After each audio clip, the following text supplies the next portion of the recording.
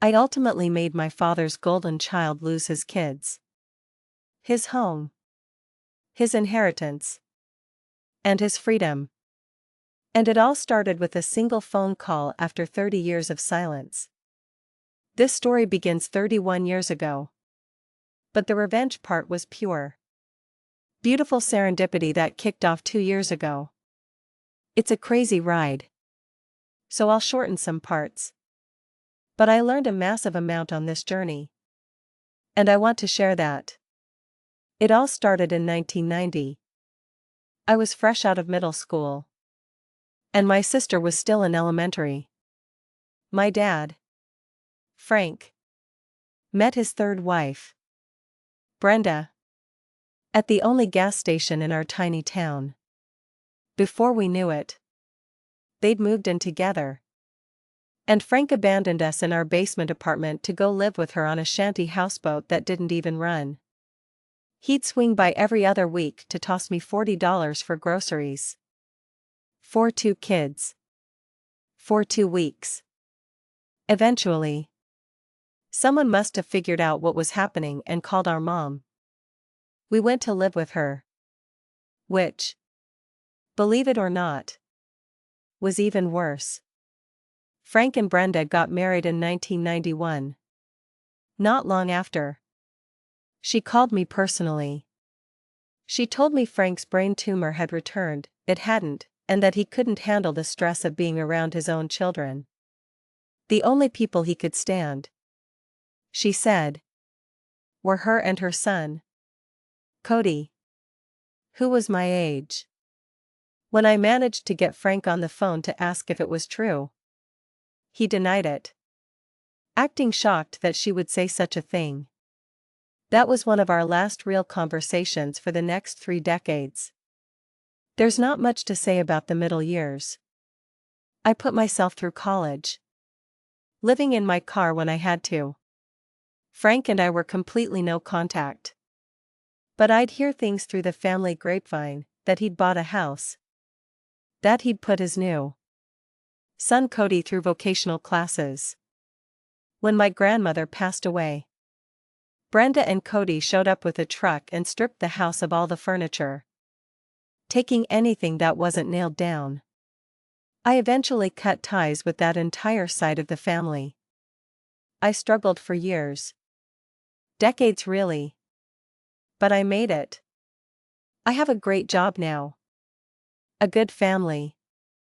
For a long time, I thought the best revenge was just living well. Turns out, I was only half right.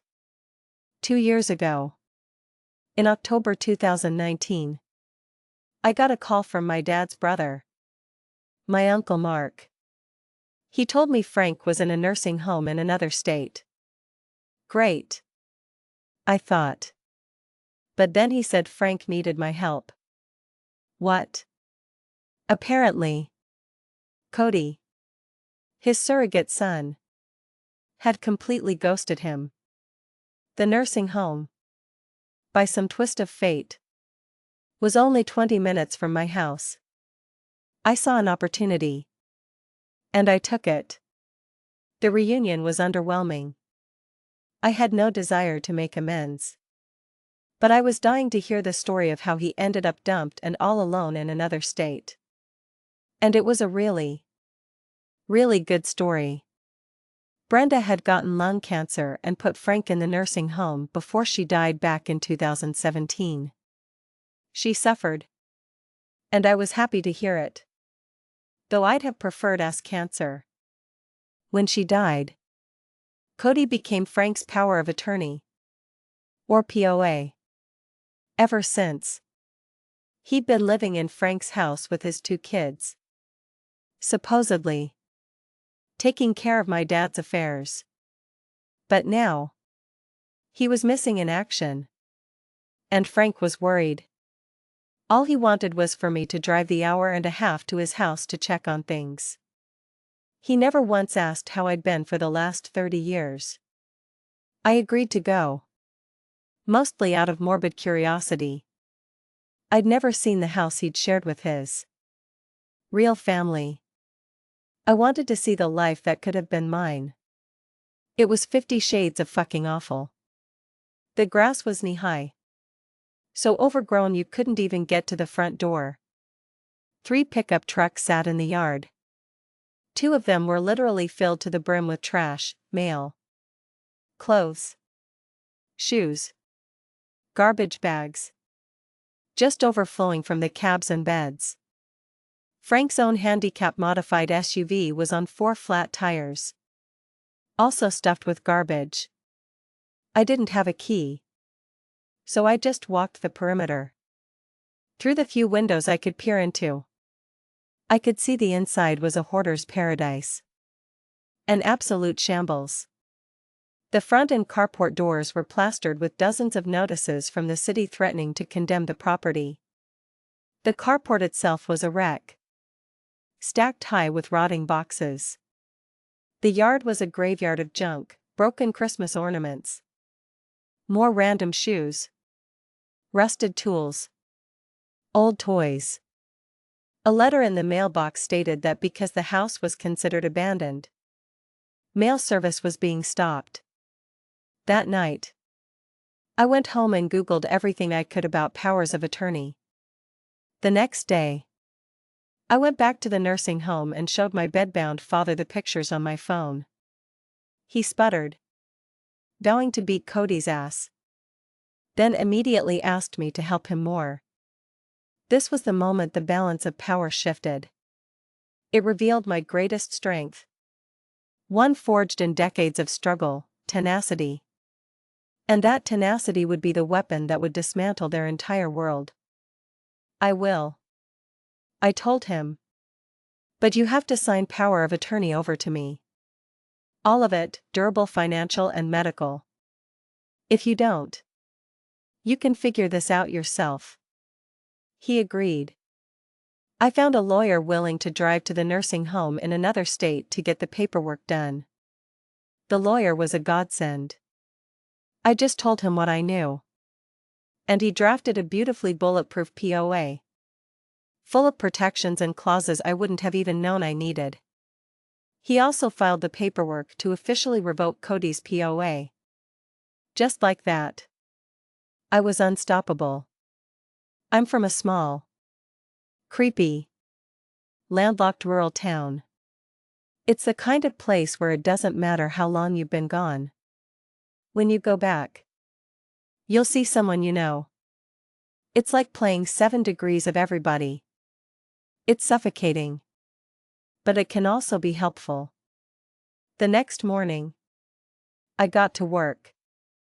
I didn't know how scorched the earth would be when I was done. And I didn't want Cody or his prolific, inbred family tracking me down. So I made sure my name was on nothing. I opened a new Google account and Google phone number for my dad. I opened a P.O. box for him in his town and filed a mail forwarding request. I pulled his credit report. Armed with my new POA, I walked into Frank's small town bank, changed the address on his accounts, and got new account numbers issued. I requested copies of every single transaction dating back to the day Brenda died. About 13 months of records. I had to drive 2 hours to the main branch the next day to pick them up. I sat in that lobby all afternoon, poring over the statements. I cornered a service representative and got a crash course in reading the debits and deposits. And that's when the sheer, staggering stupidity of Cody's scheme became clear. Cody was handed the keys to the kingdom, completely unaware that his own greed in the months to come would be the very thing that would lead to his own downfall. Frank received about $5,000 a month in disability and Social Security. Twice a week. Every week. For 13 months. Cody had been walking into a bank branch and withdrawing all of the cash. And every single time, as the POA, he had to sign a form stating he was acting on Frank's behalf. That form was then notarized by the bank. I went through every single withdrawal slip and had the bank confirm that Cody's signature was on every last one. Next, I went back to the house and called a locksmith. The first lock clicked open, and the stench that rolled out was like a physical fog bank. We both gagged. 2 locks later, I was so embarrassed by what that locksmith had to see and smell that I tipped him $60. With shiny new keys in hand, I called the police. I told the dispatcher I was the POA for my father, that I was checking on his property, and there were 3 vehicles in the yard that didn't belong to him. When he asked if I knew who they belonged to, I said no, and that I wanted them towed. 2 wreckers showed up. The tow truck driver asked for a signature, and I signed only my first name. As I did, he asked, "Do you know Cody?" Running on pure, concentrated hatred at this point, I surprised myself. "Do you?" I asked back. He said he did, adding, "He's an asshole." "He might be," I replied, then leaned in. "Hey, can you do me a favor? If you see him, will you tell him Chloe is coming for him?" His bravado just evaporated. He knew a crazy bitch when he saw one. They towed the trucks. After everyone left, I opened the carport door to peek inside. The sun was setting, and the house was dark. I heard a faint, skittering sound. It took me a few seconds to realize it was the sound of roaches and rats. I could feel the smell clinging to my hair. I sat on the carport steps and watched the sun go down. Just cosmically, incandescently livid. Livid that it only took 72 hours to dissolve 3 decades of abandonment. Here I was, stinking of rot and filth, cleaning up everyone else's mess, taking time away from my own family. For what? I had a little talk with myself right then and there. I could either walk away now or I could double down. And the thing is, I'm tenacious. To a goddamn fault. I had to be to survive. And this was a bone I just couldn't let go of. The thought of Cody's life being upended, of his only source of income disappearing overnight, and of my dad having to hear from me that he was broke and alone, it made me absolutely giddy. I desperately wanted them both to lose everything they had left. So, I decided to triple dog down. As one person later commented on my story, it was time to do an awesome job scorching that earth. After all, you raised yourself quite beautifully. That night, I Googled how to get a restraining order. It was surprisingly easy. The next day, I went to the courthouse in my hometown, filled out the form, and was stunned when the clerk said she'd see if the judge was still in. Waiting in his chambers, I saw certificates of appreciation on his walls from various veterans groups. Looking at the Department of Defense logo on my own sweater, I thought, fish in a fucking barrel. The judge asked about my dad's service in the Marines and my work as a DoD contractor. He read my form and granted a temporary order. I'd have to come back for a hearing to make it permanent, where Cody would have a chance to argue against it. Next, I found a biohazard company and paid them $7,000 to shovel out the entire house. I would have paid double. During the cleanout, they found my father's mummified dog under a pile of pizza boxes in the master bedroom. They sent me pictures and salvaged some paperwork for me. In the meantime, Cody was served with a temporary restraining order, and a court date was set. I got to work. I made spreadsheets, timelines, and cross-referenced everything. I bought premium versions of Truthfinder and Trello to organize the mountain of evidence. And in my spare time, I went to the nursing home and gave Frank 8 by 10 glossy photos of his dead dog. From every single angle. Before the court date, I walked into the police station in my hometown and told the front desk I wanted to report a crime of elder abuse. A white-collar detective came out and condescendingly told me it was a domestic matter and that since Cody had been POA, everything he did was technically legal. This was the day I got to teach a small-town detective about the fiduciary responsibilities of a power of attorney. Thanks, Google. I handed him a copy of the state statute with the applicable sections highlighted. Then I handed him a thick folder containing the bank statements, photos of the hoarded house and the dead dog, Frank's credit report showing he was tens of thousands of dollars in debt, and my spreadsheet. The spreadsheet listed every cash withdrawal, with a running total of the stolen funds, just over $130,000 in cash alone. That didn't even include the diminished value of the house or the credit cards Cody had opened and maxed out in Frank's name. You can keep that folder, I told him. It's not the only one I have. Then I sat down and said, I'll wait for a case number.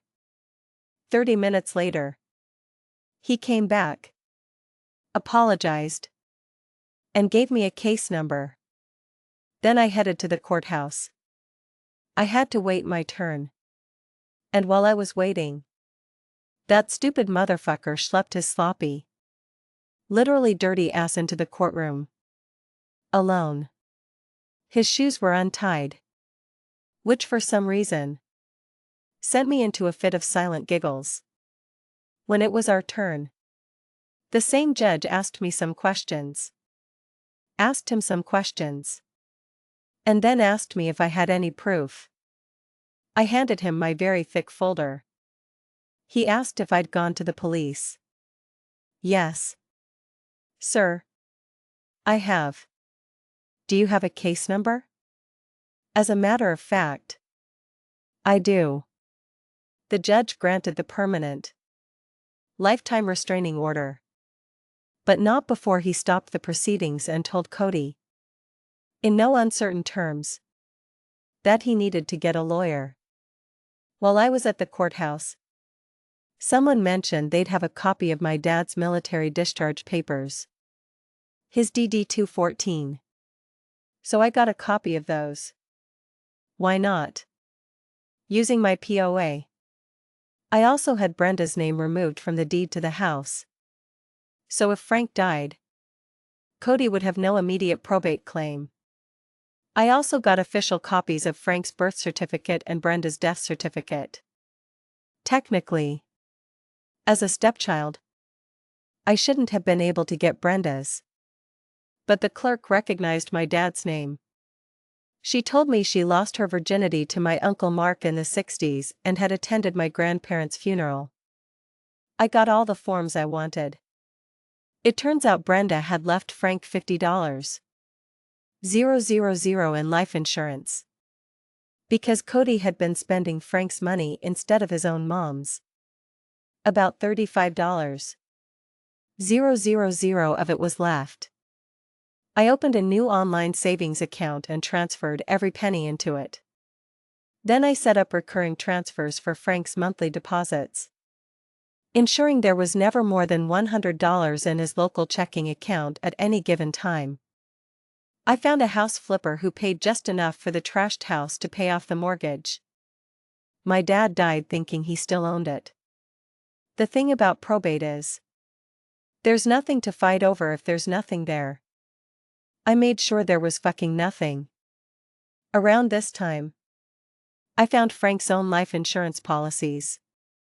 They were active. But Brenda was still listed as the beneficiary. My POA didn't let me change beneficiaries. But since Brenda was dead, there was technically no beneficiary. My POA did, however, allow me to assign one, using her death certificate as proof. I assigned my sister and myself as the new beneficiaries. Irrevocably. Meaning Frank, my sister, and I would all have to agree to ever change it. I kept Frank in the dark about all of this. The only things he ever really knew about were the restraining order and his dead dog. I also learned that he had purchased the burial plot next to Brenda and wanted to be buried there. That was just never going to fucking happen. I googled national cemeteries and found out that as a disabled Vietnam-era veteran, he qualified for one. So I arranged for that instead. Frank died in June of this year. I was there. He's now buried in a national cemetery far away, where no one will ever visit him. The only obituary I ran was a vague one on the funeral home's website for insurance purposes. There was no service. His urn is purple, the color he hated most in the world. As another person commented online, I deserved an award for this. I truly hope Cody enjoys his free room and board in a 10 by 10 cell. The final cherry on top came in August. I got a call from the prosecutor's office in my hometown. The woman on the phone was married to my first cousin, because of course she was. She informed me that Cody had been arrested just after midnight on July 1st. He was still in jail and had been arraigned on felony elder abuse charges. He's facing 10 years in prison. His fate was sealed not by a single act, but by a lifetime of carelessness and greed. Finally coming home to roost. She said the trial could take up to 3 years. That's awesome. I told her. The uncertainty will hopefully haunt him. He lost his kids. He lost his dad. I'm spending his mom's cancer money. He lost his free house and his trucks. He has no credit. Will never get a decent job. And will hopefully struggle to find a decent place to live for a very long time. And after all that, he still has prison to look forward to. And me? I sleep like a fucking baby. This story shows that sometimes the most satisfying justice is the kind you deliver yourself, meticulously and without mercy. The best revenge isn't just living well. It's ensuring those who wronged you can't. So, what do you think? Was this a masterclass in righteous revenge? Or did it go too far? Let me know in the comments below.